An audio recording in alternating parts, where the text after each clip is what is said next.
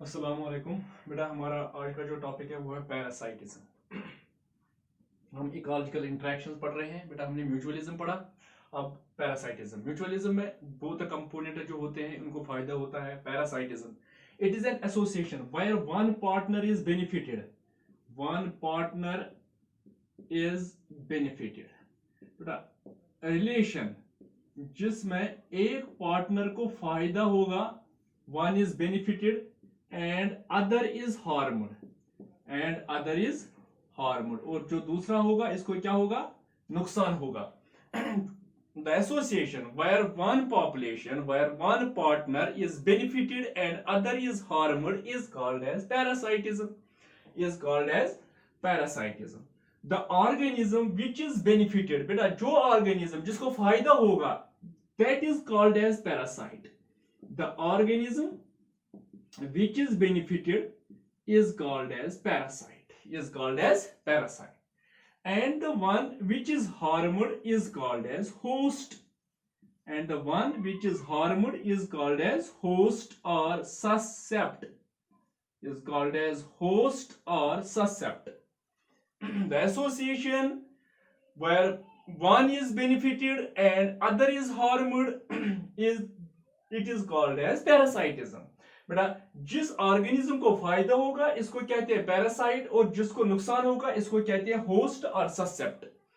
On the basis of parasite, or the parasites can be classified into ectoparasites or endoparasite. Ecto means outside and endo means inside. आपको पता होगा, आपने बेटा पढ़ा होगा ये। And this phenomenon where the population, where one partner is benefited and other is harmed, that is called as parasitism.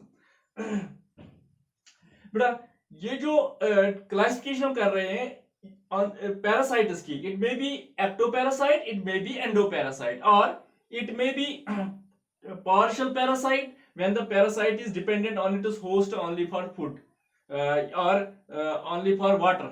It is called as partial parasite. When the parasite is dependent on its host for both water as well as for food, then it is called as total parasite. When it is completely dependent on the host, then it is called as this complete parasite. That is, the parasite is maybe partial parasite or hollow parasite or complete parasite. शाबाश बेटा। I see on the basis of damage done to the host को कितना नुकसान होगा, इस पे पैरासाइटिस दो किस्म के होते हैं। One is called as balanced parasite and other is called as destructive parasite. Balanced parasites are those parasites which cause damage to their hosts, जो अपने होस्ट्स को क्या करेंगे, नुकसान, but up to the extent that the host is able to survive. लेकिन इसके बाद host क्या करेगा, सर्वाइव कर सकता है। इसको क्या कहते हैं बेटा, शाबाश, इसको कहते हैं बैलेंस्ड पैरासाइट्स। और destructive parasites those parasites which cause damage to their host up to the extent that the host is not able to survive, कि host survive नहीं कर सकता, इतना डैमेज करेगा parasite, that is called as destructive parasites.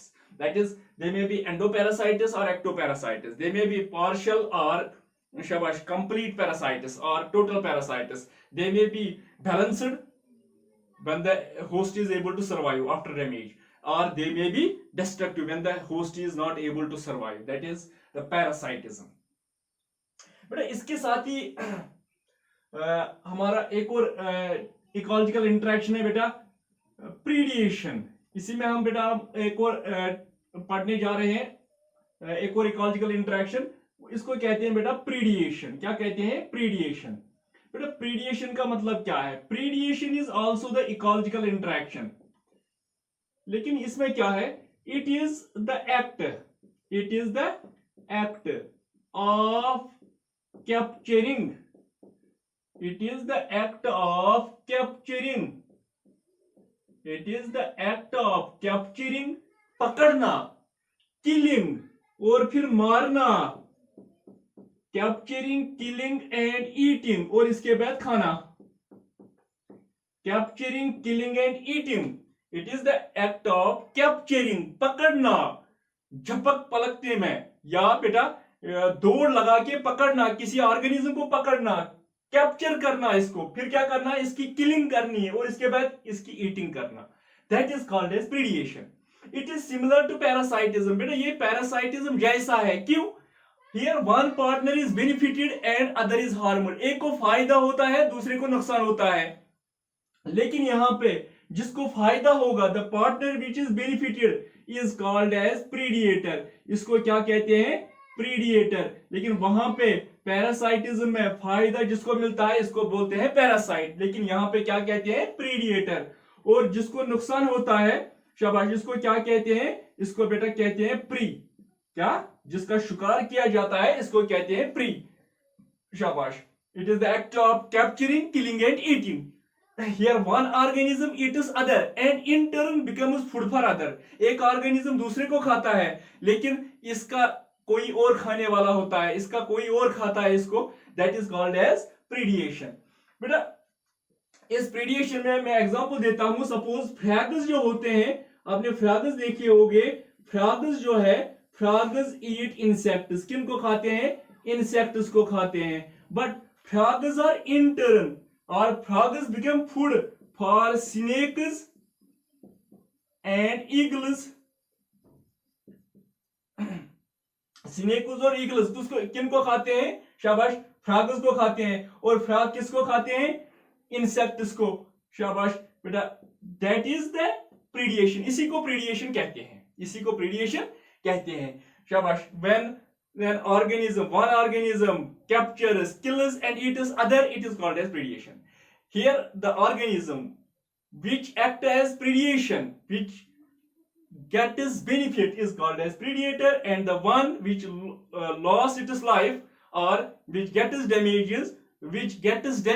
or जिसको नुकसान होगा, damage होगा, that is called as prey. यहाँ पे फ्रॉग्स किनको खाते हैं? इंसेक्ट्स को. लेकिन फ्रॉग को फिर कौन खाता है? स्नेक्स खाते हैं. That is called as predation. अभी मैं बता रहा था, one organism eats other and in turn becomes food for other.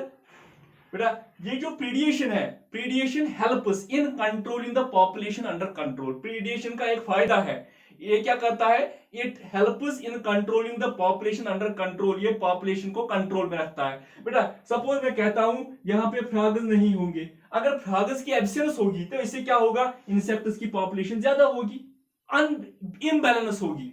यहाँ पे लाइफ में, अर्थ में बैलेंस नहीं होगी. ये बैलेंस किससे है? ये बैलेंस है, शाबाश, डिफरेंट ऑर्गेनिज्म से. अब क्या है? इसको बैलेंस करते हैं. अगर फ्रॉग्स की पॉपुलेशन ज्यादा हो गई, इसको कंट्रोल करेंगे स्नेक्स. अगर इंसेक्ट्स की पॉपुलेशन ज्यादा होती है तो इनको कंट्रोल, रेगुलरली कंट्रोल करता है कौन? फ्रॉग्स. ऐसे ही क्या करते हैं? Predation helps in controlling the population under control. Thanks.